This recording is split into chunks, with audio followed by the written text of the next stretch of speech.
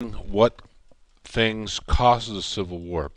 And we can probably say with some certainty that it wasn't just one thing, but a myriad of things that just seemed to pile up and drive a wedge between the North and the South. Um, this period is from about 1848 to 1860. Of course, after the Mexican War, we're going to receive a huge chunk of territory from the Mexican government, and then we have to decide how that territory will be governed, whether it would be free or it would be slave. And this is going to be hotly contested by the North and the South. Um, California statehood in 1850 certainly drove another wedge between the North and the South. It will come in as a free state. There were something called fire eaters. These were Southerners who threatened to secede from the Union if the Northerners tried to take away their slaves. Another thing that drove a wedge firmly between the North and the South was certainly the Underground Railroad and the whole fugitive slave issue. Um, Northerners were helping Southern slaves flee to Canada or to the North, and those who stayed in America had to be in fear of slave catchers. There was something called personal liberty laws passed in the North that said that they weren't going to help slave catchers. But these laws will be declared unconstitutional because the federal law supported the Fugitive Slave Act, which said that people had a right to return their property. Uh, and if they had to go north, they would do that. Prague versus Pennsylvania was the first personal liberty law. We know the Quakers early on, this is a Quaker state, pushed for abolition of slavery. And they push for this personal liberty laws, but they will be eventually declared unconstitutional by the Supreme Court. One of the popular mantras, and this is the secret words for this video, is popular sovereignty, and that is letting the people in the states and territories decide how they'll be governed and whether they will have slaves or not. The Mexican Secession brought this concept into vogue. There was an intense debate over what to do with the Mexican Cession, and of course the Wilmot Proviso we talked about in the last video uh, sought to keep slavery out of the new territory, but it was never passed into law, and so the slavery becomes a hot potato in American politics and certainly dividing people. Popular sovereignty emerged as a way to solve the slave issue. Let the people decide in individual states and territories whether they would have slaves or not.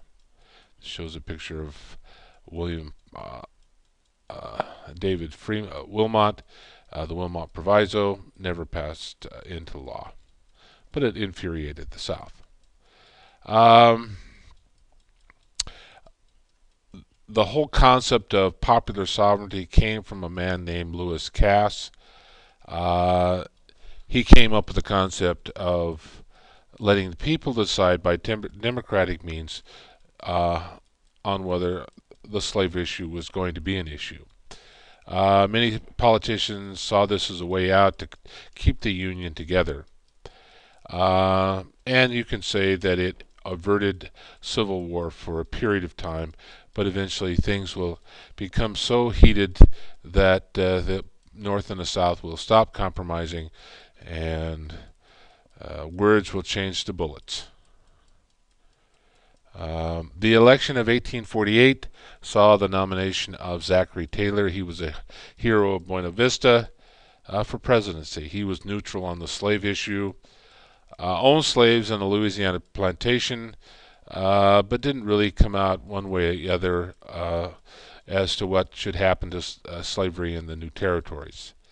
There is going to be a party called the Free Soil Party, which is a coalition of anti-slavery Whigs, Democrats, the Liberty Party in the North, um, calling for into slavery, and they will promote the idea of never having slaves or uh, slavery in the territories. It would be free soil.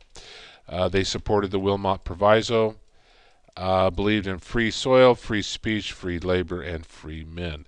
Weren't necessarily in love with African Americans, but they didn't want slaves competing for jobs in these new territories, new states being created in the West. Zachary Taylor wins the presidency, is an acceptable alternative for the South. Uh, One of the things that he tried to do was to improve on internal improvements and government homesteads for settlers. Um, uh, the Free Soilers are going to embrace this. The Free Soilers are a front runner to the Republican Party. The Free Soilers will develop first, and then the Republican Party will grow out of them. Results of the election: Taylor it wins by a landslide. California will become a state under his watch.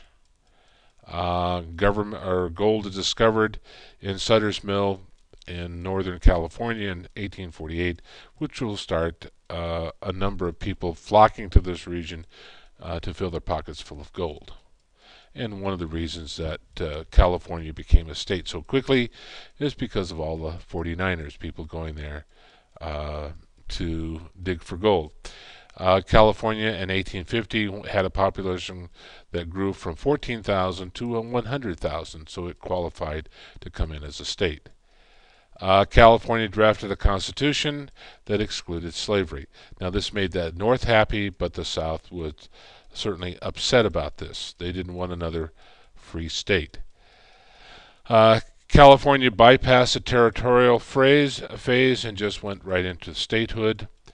Of course, the South is going to oppose them becoming a state, and they'll have to look for some kind of compromise to get over this obstacle. The Underground Railroad and the fugitive slave issue continued. There was a chain of anti-slavery homes which harbored hundreds of slaves. Probably not a large number of slaves ever won their freedom. Probably not much more than 1,000 a year. When you think of the 4 million slaves living in the South in 1860, this seems to be a drop in the bucket. Someone that you'll have to know is Harriet Tubman. She was called the Moses. She was leading her people out of the bondage to escape most of Canada. Led 19 expeditions from the States to Canada, rescued about 300 slaves, including her parents. She served in the Union War and was a spy for the North and there was a price on her head.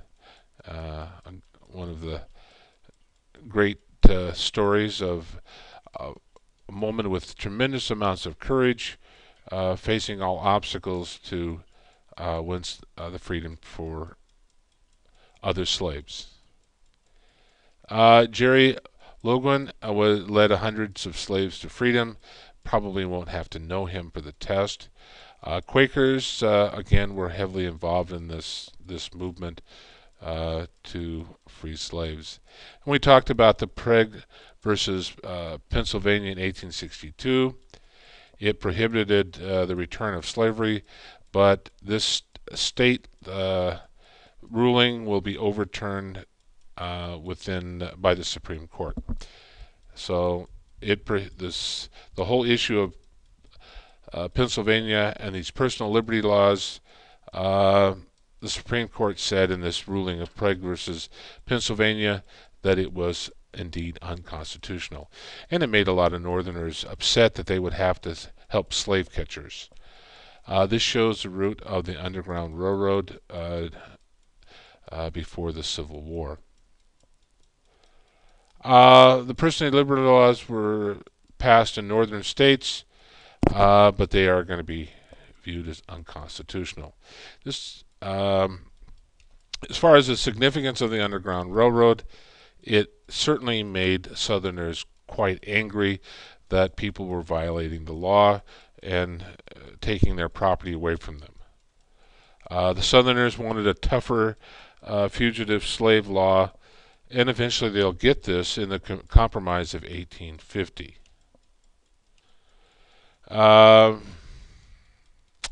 Southerners blamed the abolitionists for the slave problem as far as their running away and the whole idea of rebellion. Uh, some of the claims, similar claims being made about the anti-abortion movement in America. Now we get to the Compromise of 1850. This will avert civil war for about 10 years. The issues threatening the Union in the eyes of the Southerners, California would tip the balance, and it would give the North one more free state compared to the slave states in the South. And they weren't willing to vote California in. New Mexico and the Utah territories seemed leaning towards free state status, which also infuriated the South. Texas claimed a vast area east of the Rio Grande, part of New Mexico, Colorado, Kansas, Oklahoma. The Texans certainly had their eyes on this area, making their state the largest state for that period. The Northerners demanded the abolition of slavery in Washington, D.C. Loss of fugitive slaves.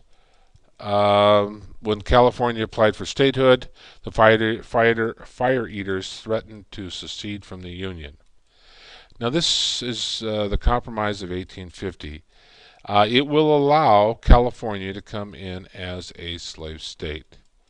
The yellow is the area that it had slaves.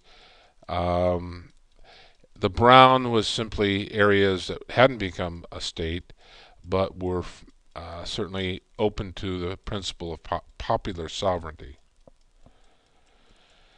Now, Henry Clay is going to orchestrate another compromise. He is known as a great compromiser, and he's going to give something to the North and to the South and get this passed through Congress, and both the House and the Senate. Stephen Douglas, a prominent Democrat known as the Little Giant, is going to support this compromise. Calhoun rejected most of Clay's positions. Return of all runaway slaves. He wanted that. He wanted a balance in the Senate to make sure that nobody would tamper with slavery. And we'll stop here and we'll pick this up next time.